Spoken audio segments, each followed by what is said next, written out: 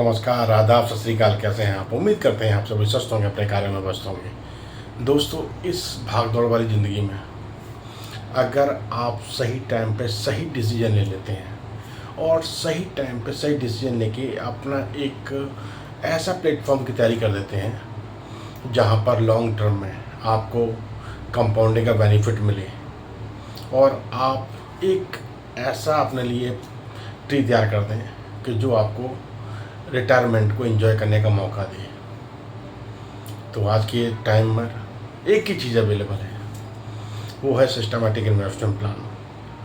आपकी ये जो भी हो, आप बस सिस्टमैटिक इन्वेस्टमेंट प्लान करने का मूड बना लीजिए। आज कुछ फैक्ट्स आपके सामने रखते हैं, उन फैक्ट्स को समझने की कोशिश कीजिएगा और अपने लिए बेहतरीन इन्वेस्टिंग के ज़रिए बेहतर बनाने की कोशिश कीजिएगा। आप अपना टारगेट बनाइए, आप लाइफ में कितने फंड से आप अपने रिटायरमेंट को एंजॉय करना चाहते हैं। आपका फंड जो भी हो, हम आपको एज के हिसाब से कुछ फैक्ट्स बताते हैं, उन फैक्ट्स को समझने की कोशिश कीजिएगा और अपने आने वाले टाइम को मजबूत बनाने की कोशिश कीजिएगा। सपोज करो आपका एज 20 ईयर है, आप 20 ईयर की एज से एक स्मॉल इन्वेस्टमेंट यानी कि एक SIP शुरू करते हैं और आपका टारगेट है रिटायरमेंट का कि आपको 55 साल की एज में रिटायरमेंट लेना है। तो आपने एक 5,000 रुपये की SIP स्टार्ट की और आपने 35 साल आपके पास पड़े हुए हैं, 35 साल आपने इन्वेस्टमेंट स्टार्ट किया। सपोज करो आपको 12.5% इंटरेस्ट आ जाता है, तो आप 35 साल में 5,000 की SIP के जरिए आप टोटल इन्वेस्टमेंट करेंगे लगभग आप 18 लाख और आपका रिटायरमेंट का फंड बन जाएगा लगभग 1.79 करोड़ का। अगर आपकी एज 25 साल है, आपने सोचा कि 6,000 रुपये की SIP करते हैं, आपके पास 30 साल का टाइम है रिटायरमेंट के लिए।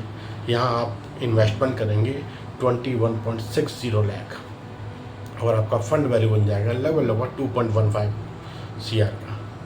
अगर आपकी एज 30 ईयर है तो आपके पास 25 ईयर है, आप 7,500 रुपये के हर महीने की SIP शुरू करते हैं। आप SIP में इन्वेस्ट करेंगे 22.50 लाख और आपका जो रिटायरमेंट का फंड होगा 1.33 करोड़ का तैयार हो जाएगा। अगर आपकी एज 35 साल है और आप 10,000 रुपये की मंथली SIP स्टार्ट करते हैं, तो आपके पास भी करीब 20 साल है। 20 साल में आप इन्वेस्टमेंट करेंगे लगभग 24 लाख की, आपका रिटायरमेंट का फंड तैयार हो जाएगा 82.95 लाख का। अगर आपकी एज 40 ईयर है और आप चाहते हैं कि 15,000 रुपये की कम से कम एक SIP शुरू कर देते हैं, आपके पास भी 15 साल हैं, तो आप इन्वेस्टमेंट करेंगे 15 साल में 27 लाख का। आपके पास भी लगभग 52.40 लाख का आपके पास एक कॉर्पस रेडी हो जाएगा।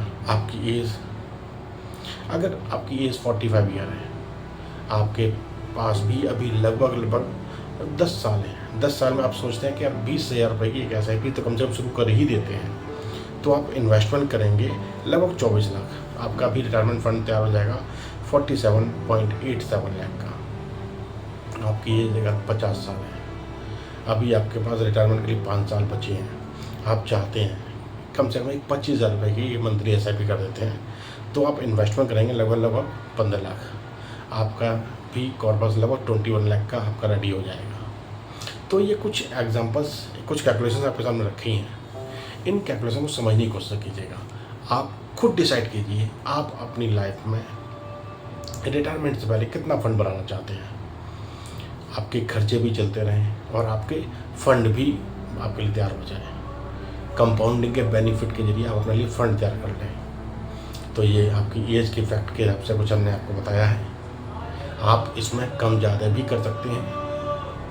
कम करेंगे तो आपका टोटल जो कॉर्पस वैल्यू कम हो जाएगा, अगर आप बढ़ाएंगे तो आपकी टोटल कॉर्पस वैल्यू बढ़ जाएगी। सबसे बड़ी बात, सिस्टमैटिक इन्वेस्टमेंट प्लान में आप लॉन्ग टर्म की प्लानिंग के साथ चलते हैं तो आपका इन्वेस्टिंग का पार्ट होता है बहुत छोटा और रिटर्न आपका कई गुना हो जाता है।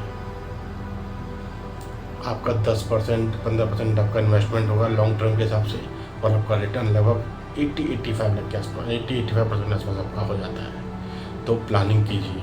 आप जॉब करने वाले हैं या छोटा मोटा कोई बिजनेस कर रहे हैं, आप बड़ा एम्पायर खड़ा नहीं कर सकते, लेकिन बड़ी सोच के जरिए, बड़े प्लान के साथ में, बड़ी लॉन्ग टर्म के प्लान के साथ में आप अपने लिए एक वेल्थ फंड तैयार कर सकते हैं, एक पेंशन के लिए आप अपनी योजना बना सकते हैं।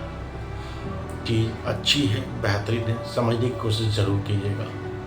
आपके पास बहुत सारे एप्लीकेशंस हैं। आपके पास है एंजल वन है, ईटी मनी है, इंडी मनी है, ग्रो ऐप है, कोटक नियो है, अप स्टॉक है, एक्सिस मैक्स लाइफ एप्लीकेशंस हैं और बैंक भी आपके लिए एसआईपी का जरिया आपका बन सकती है।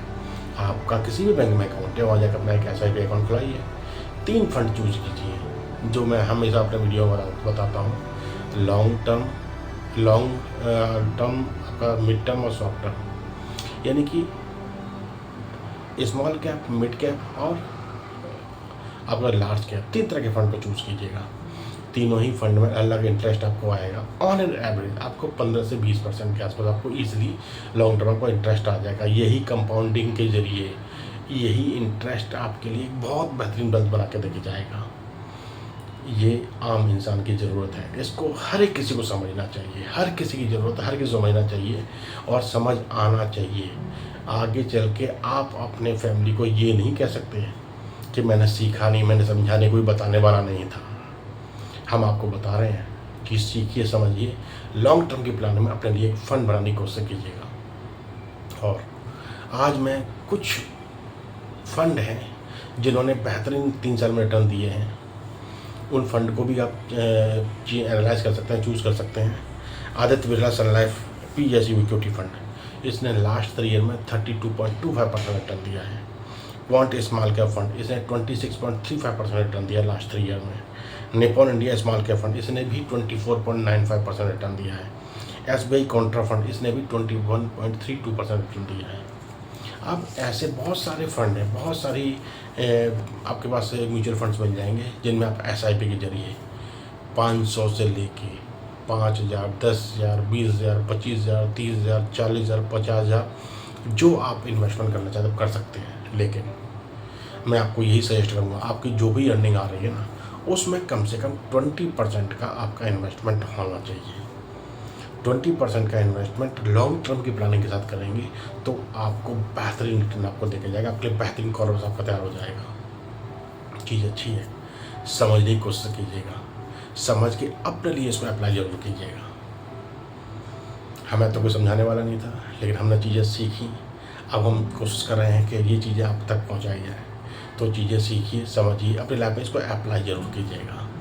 वीडियो अच्छा लगा हो तो खुद भी अपने इसमें समझने की कोशिश कीजिए, सीखिएगा और दूसरों के साथ वीडियो जरूर शेयर कीजिएगा। चैनल को सब्सक्राइब और लाइक जरूर कीजिएगा। बेल आइकन दबाना मत भूलिएगा। फिर मुलाकात होगी किसी टॉपिक के साथ, तो ये ख्याल रखिए, ये मुस्कुराते रहिए। धन्यवाद, नमस्कार।